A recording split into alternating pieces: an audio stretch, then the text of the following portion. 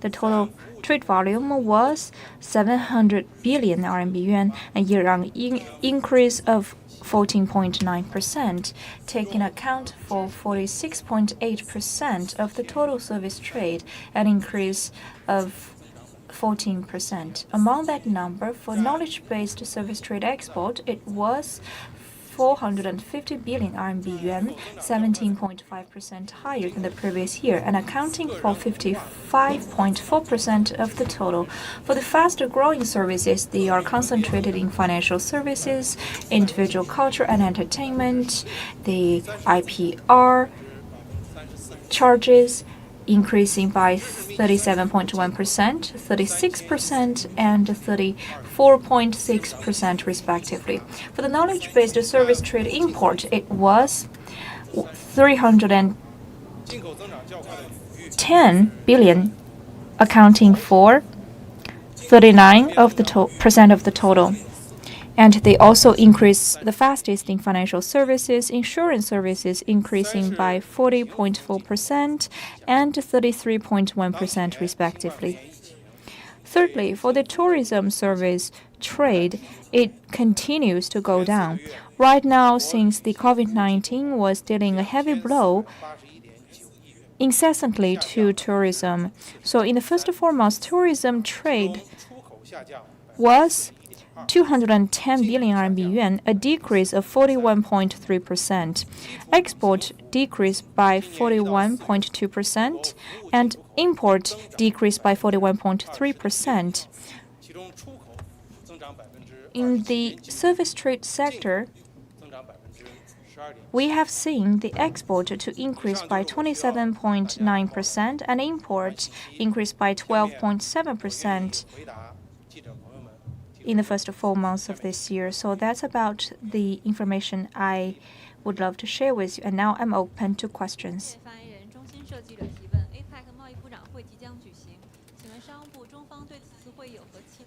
Thank you. From the China News Service, the APEC ministerial conference is around the corner, so what's the expectation on the Chinese part? Thank you for your question. The 27th APEC Trade Ministerial Conference will be kicked off on June the 5th through the video conferencing manner, and Minister Wang Wentao of Commerce, on behalf of China, will be present. And this APEC Ministerial Conference is being held despite the epidemic and heavy challenges against the international economy. It is of great significance.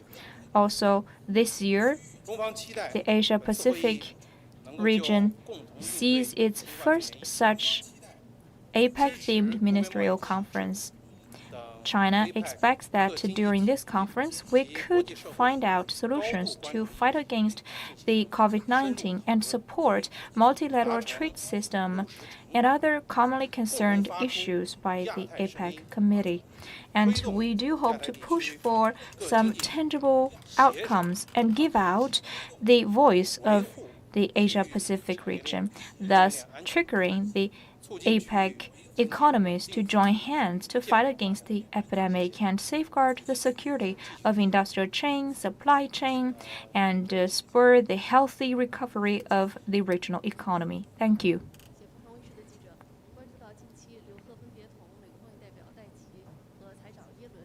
From the Phoenix TV, recently, Liu He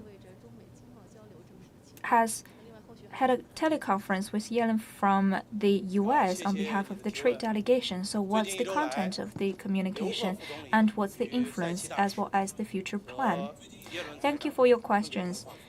In last week, Vice Premier Liu He talked with Yellen, Secretary Yellen from the U.S., and for 2 rounds, they had a 50 minutes long talk through the call.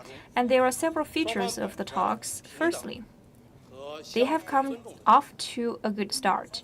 In the 2 calls, both sides adhered to the principles of mutual respect and equality. They shared their views about China-U.S. trade relations, situations, and domestic policies. Both sides agreed that such a communication was candid, professional, and constructive.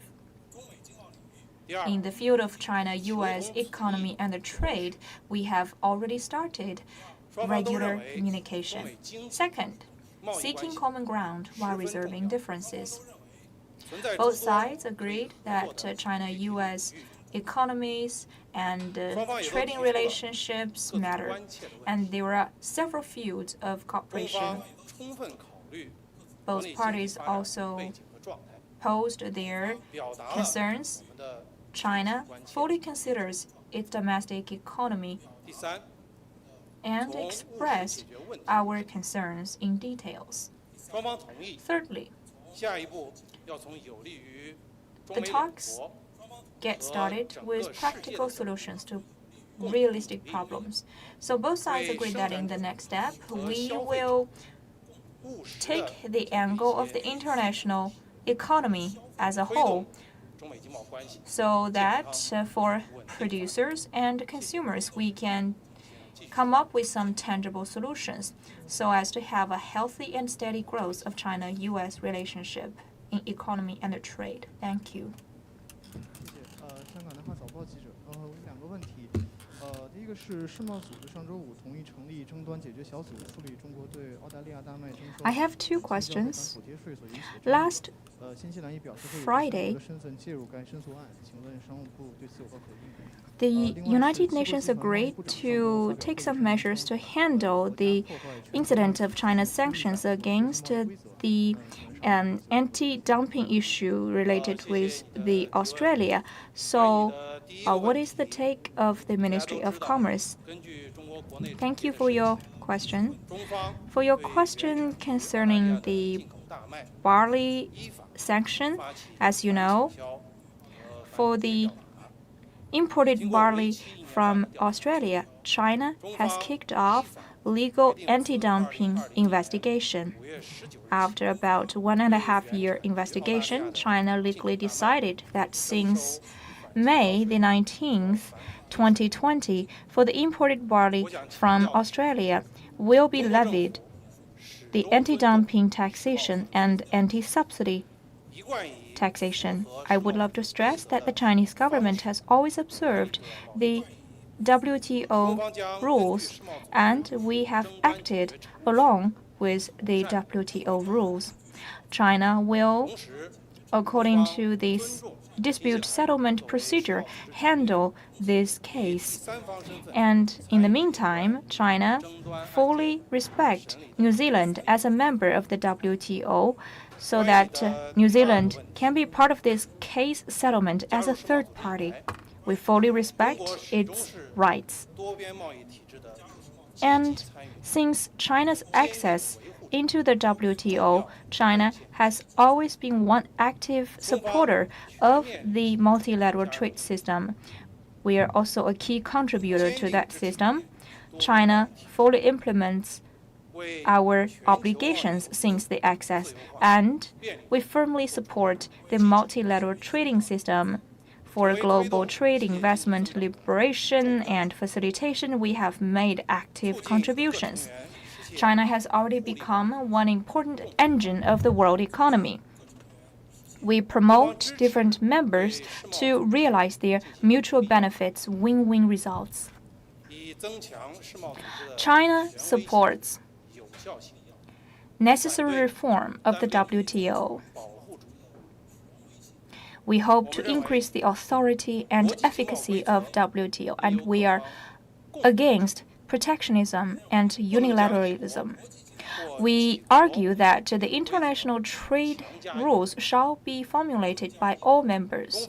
No one country or several countries' self-made rules shall be imposed upon others.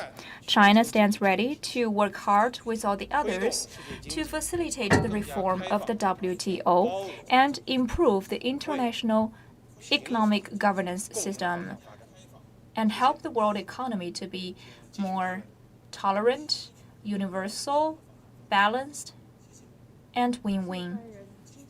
Next question, please.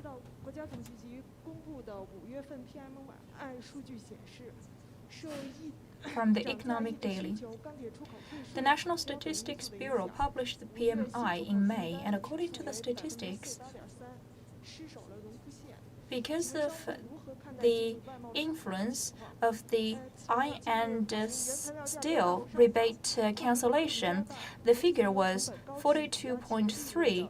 What's your take about the export and import? And also recently, the spike of the raw materials price has put more pressure on enterprises. So what's the measures from the Ministry of Commerce? Thank you for your questions. Recently, our export maintained quick growth. For the 20,000 enterprises present on the 129th Guangzhou Fair, we had a questionnaire, and according to them, they say that their in-hand order can be maintained for over 3 months. As to the localities and local governments and local enterprises, we also did our questionnaire. In the first half of this year, our export is expected to maintain the good momentum. Since the second half of last year, we received general feedback from enterprises about rising pressure of the foreign exchange fluctuation, the inconvenient waterway transportation, and rising price of raw materials.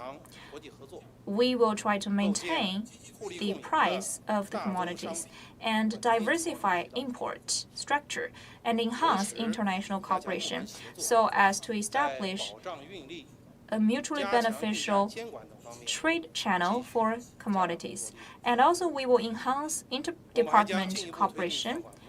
For example, in terms of strengthening our price monitoring, we will step up our efforts. And we will continue to delegate power and streamline the procedure so as to create a favorable business environment and reduce the enterprise cost. We will take targeted and tangible measures to support all sorts of foreign trade enterprises, particularly the SMEs, to have stable development and operation. Thank you.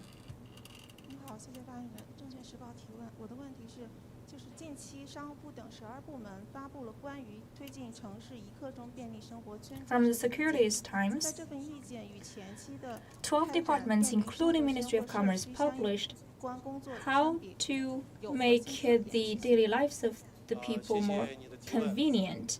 And recently, there has been a series of activities about facilitating people's daily lives. So what's the change about this new meeting and new policy? Now, Ministry of Commerce is meeting with the other departments to offer a 15 minutes convenient life for the consumers. That's up to the new trends of the consumers. So based on the new features, we are trying to take those measures, and they have the following features. Firstly, we highlight the matching of the business areas and people's needs. Such a convenient circle of lives will have a very scientific distribution and arrangement. The business facilities will be allied with the public facilities, and the operation of the business areas will also be governed together with the community governance. The business areas will be developed harmoniously. Secondly, we highlight the introduction of new business forms, new models, and new technologies. In the business areas, they will be returned to the nature as the business and the center on meeting consumption need while upgrading the brick-and-mortar business store services. We will make better usage of new technologies to innovate the business models and forms with a combination of online and offline consumption, and that will try to unleash the potential of some consumption. Thirdly, we focus on the loopholes and weaknesses of the available business stores to have a systematic upgrading and improvement. The certain entities will take active measures to be problem-oriented and objective-oriented with the introduction of certain documents about increasing real estate provision for the business stores and guiding the financial entities to offer universal financial support to reduce their operational cost. And there will be also the introduction of applying the business licenses. Those measures will inject vitality into the business doors. Fourthly, we highlight the timeliness and efficiency with the whole network and the prioritized points. So we will offer some pilot projects nationwide, and we also encourage the localities to have provincial level pilot projects. We will try to optimize the business store distribution in the city areas in order to enlarge the coverage of such convenient life circles so that our civilians can truly feel the convenient and high-quality business services and consumption experience. Thank you.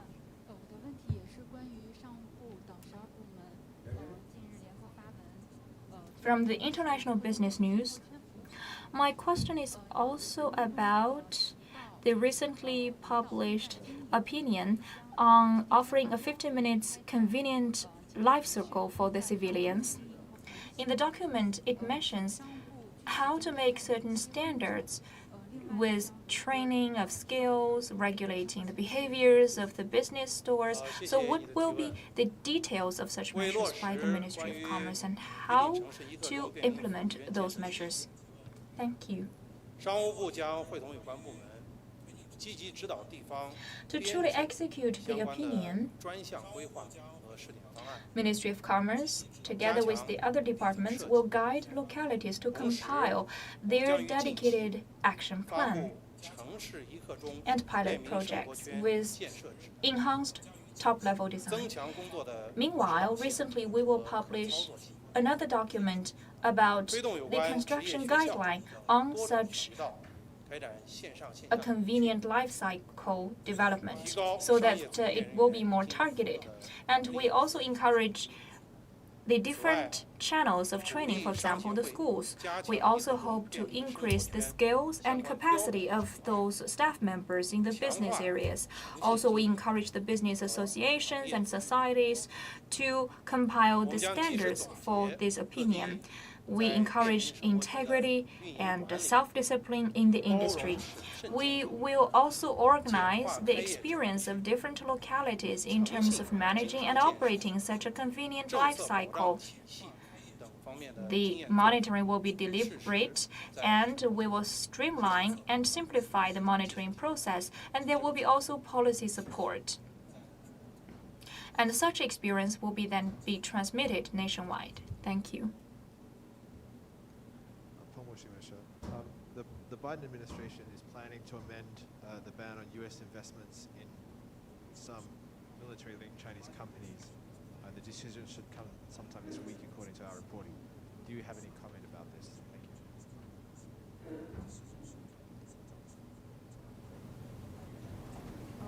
了解美国总统拜登计划修订特朗普时期出台的中国军方有关联企业的投资禁令。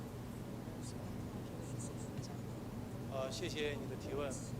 中方多次强调，撤销制裁限制措施。Thank you for your question. China has emphasized on many occasions that canceling such sanctions and stop the behavior to crack down upon the Chinese enterprises are responsible behaviors conducive to China, the U.S., and the world at large. Thank you.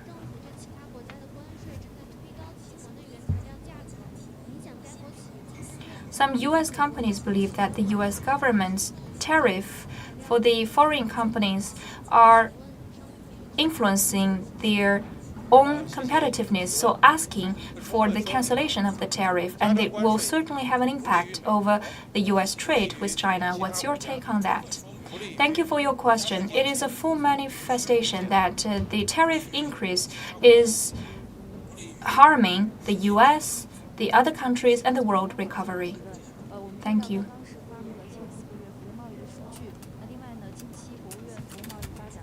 From CMG.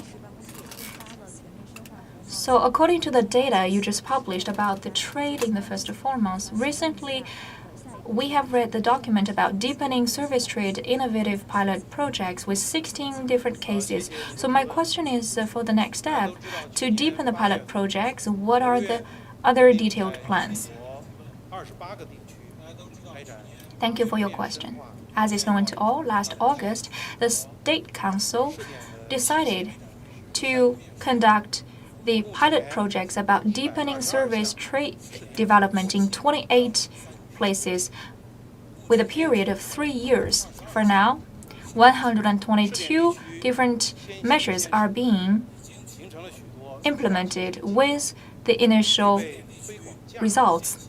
In the pilot projects, they will take the lead, and there have been some very innovative and replicable experience and takeaways. As to expanding foreign trade and openness in Shanxi and Chongqing, in terms of legal cooperation, are exploring the innovative ways of institutional cooperation. As to international logistics and legal services for overseas businesses, they are also opening further. As to tourism, Xi'an, Hangzhou, and Hefei are putting their resources together and innovating their cross-area flow of talents and data so as to facilitate the establishment of a favorable business environment. As to innovating the business models, Weihai, Changchun, Harbin, and the other localities have extended the automobile service chain and maintenance chain and the TCM service system to promote the quick growth of the innovative service trade. And as to the institutional design, Shanghai, Xi'an, Nanjing has made some measures in terms of IPR and financial services so as to create a global public service trade platform offering enterprises multi-layered one-stop services. As to optimizing the policy support, Suzhou, Wuhan have unveiled the biomedicine property rights securitization, and the SMEs are supported. They have been improving the service trade policies. For the next step, Ministry of Commerce will work together with the other departments to intensify our support and guidance of those pilot places so that those initial results could be replicated and the pilot places could give out the leading role as an example, and we can continue to unleash the institutional dividend to have high quality growth of service trade nationwide. Thank you. Any more questions? If no, then I declare this is the end of